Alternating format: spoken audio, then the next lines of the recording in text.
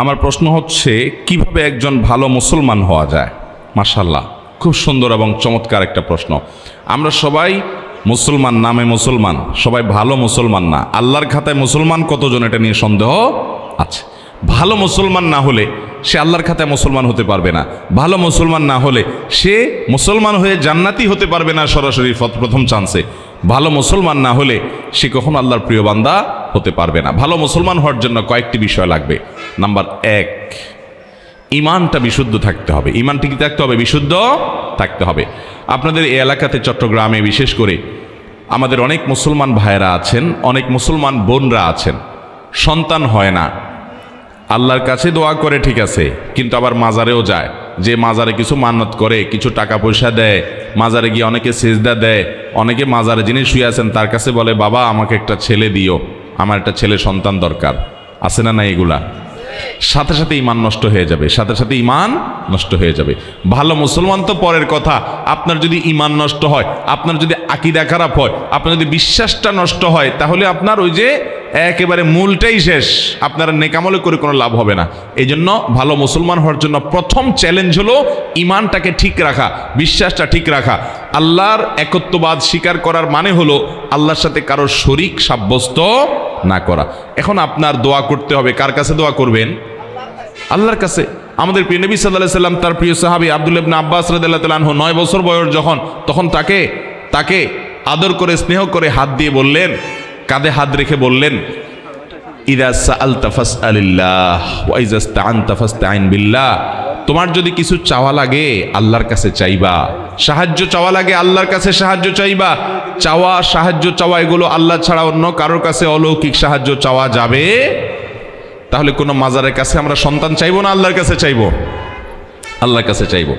ঠিক একইভাবে আমার দোয়া, আমার ইবাদত বন্দেগী, এটা মাজারে করার জিনিস না, এগুলো আরশের মালিকের কাছে পেশ করতে হবে। মাজারে যিনি শুয়ে আছেন উনি নিজেও আল্লাহর বান্দা, নিজেও আল্লাহর গোলাম, উনি নিজেও আল্লাহর কাছে মুখাপেক্ষী। আপনি গোলামের কাছে কেন চাইবেন? মালিকের কাছে চাইবেন। আল্লাহ বলেছেন উদউনি আস্তাজিব লাকুম, তোমরা আমার কাছে দোয়া করো, আমি তোমাদের দোয়া কবুল করব। অতএব দোয়া করতে হবে কার কাছে? আল্লাহর কাছে। ভালো মুসলমান হওয়ার জন্য ইমান ঠিক রাখতে হবে। ইমানের মধ্যে কোনো শিরিক থাকতে পারবে? অন্ধের মতো আনুগত্য কোনো দলের করবেন, কোনো ব্যক্তির করবেন? অন্ধের মতো আনুগত্য, সব কথা শুনবো, এটা কার হবে? শুধুমাত্র আল্লাহর। আর সবার এই বেলা এটা চলবে না। এমনকি আমিও যদি কথা বলি, কোনো আলেমও যদি কথা বলে, তার যদি ভালো কোনো কথা হয় সেটা নিবেন। কোনো কথা যদি খারাপ মনে হয়, কোরআন হাদিসের বিরুদ্ধে যায়, তিনি বললেও আপনি সেটা মানবেন। এর নাম হলো মুসলমান।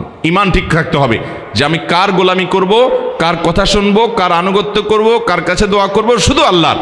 তিনি ছাড়া আর কেউ হতে, তার সাথে আর কাউকে শরীক সাব্যস্ত করা যাবে। ইমানটাকে ঠিক করতে হবে ভালো মুসলমান হওয়ার জন্য, 1।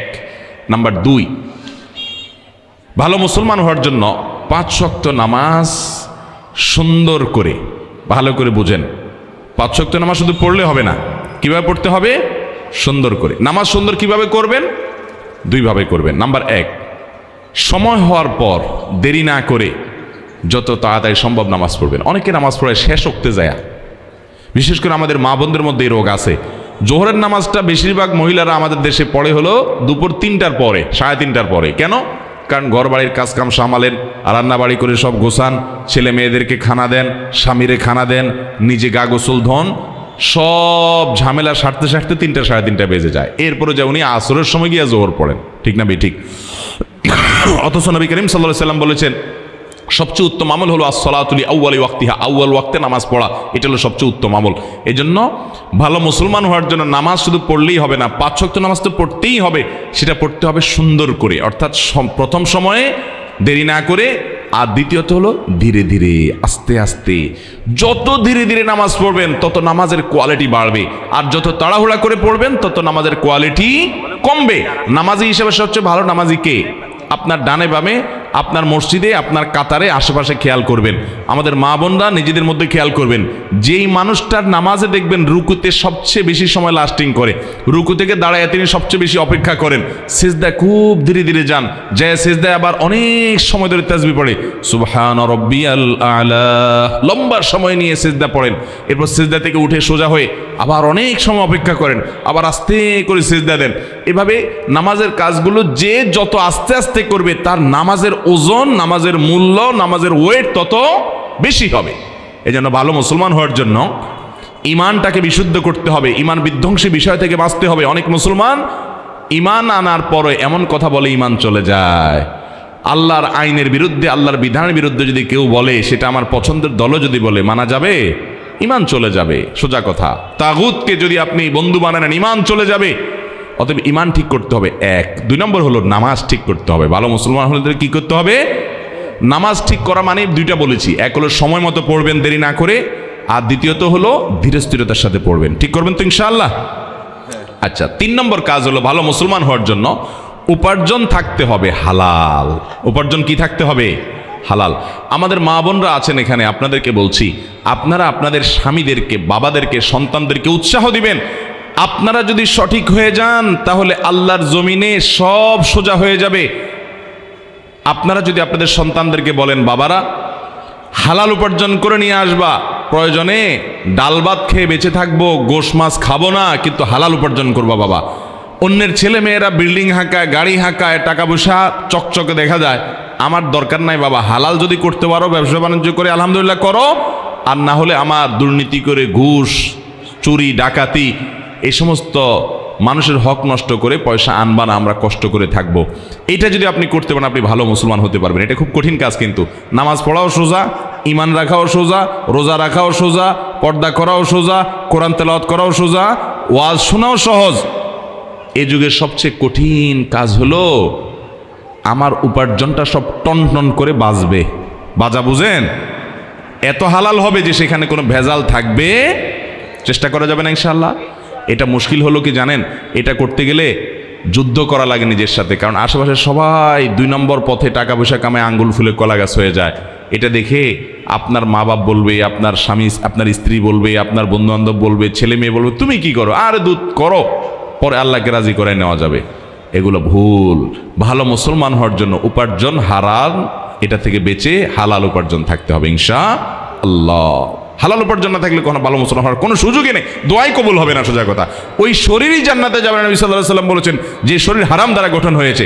এই জন্য চ্যালেঞ্জ নিতে হবে মুসলমান যুবকদেরকে, যুবতীদেরকে, সবাইকে, যে আমরা হারাম আমাদের শরীরে প্রবেশ করাবো।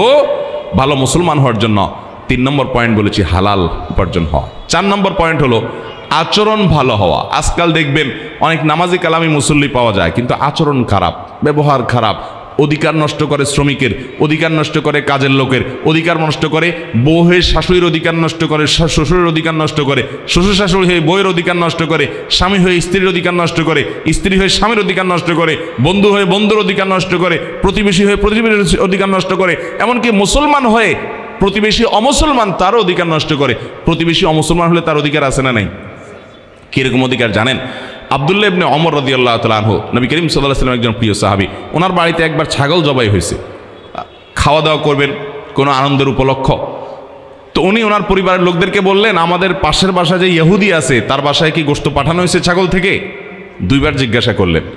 তখন বাসার লোকরা বলল, না, পাঠানো হয়নি। তখন তিনি বললেন, আমি তো নবী করিম সাল্লাল্লাহু আলাইহি ওয়াসাল্লামের কাছ থেকে শুনেছি যে প্রতিবেশীর অধিকার এত বেশি যে জিবরিল বারবার নবী সাল্লাল্লাহু আলাইহি ওয়াসাল্লামকে প্রতিবেশীর ব্যাপারে সাবধান করতে করতে নবী সাল্লাল্লাহু আলাইহি ওয়াসাল্লাম বলেছেন, আমার তো আশঙ্কা হয় কখন না জিবরিল এসে বলে যে তোমার মরার পর তোমার সম্পদে ভাগ পাবে প্রতিবেশী।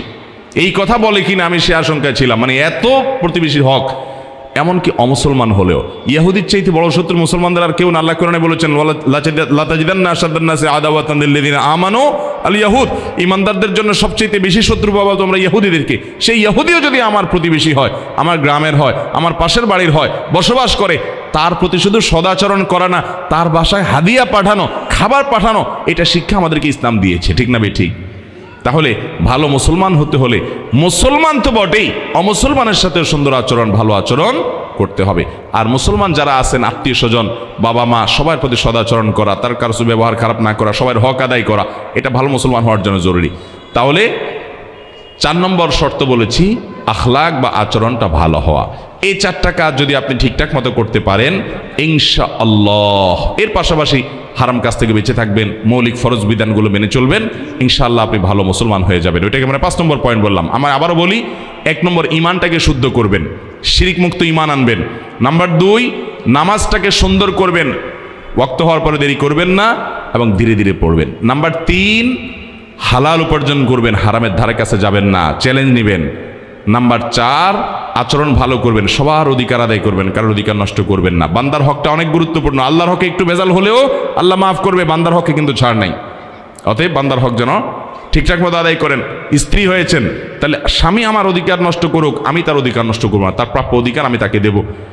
স্ত্রী আমার অধিকার নষ্ট করছে, করুক, কিন্তু আমি তার অধিকারটা প্রাপ্য পুরোটা দেব। যতটা আমরা অধিকার সচেতন হব, তার চেয়ে বেশি কর্তব্য সচেতন হব, আমার দায়িত্ব কিছুটা আমি বেশি দেখব।